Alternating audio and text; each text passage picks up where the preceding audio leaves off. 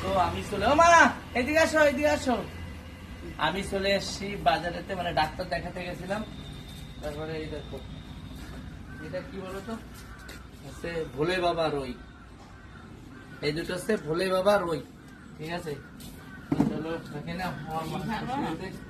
আর এই যে আমি চেক আপ করিয়েছিলাম এটা, তো এটা নর্মাল আছে, কিন্তু আমার ব্যথা সেই ব্যথা।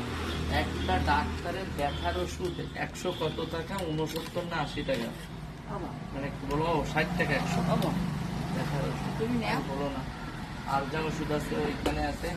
চলো দেখাই। তো চলো ঘরে যাই।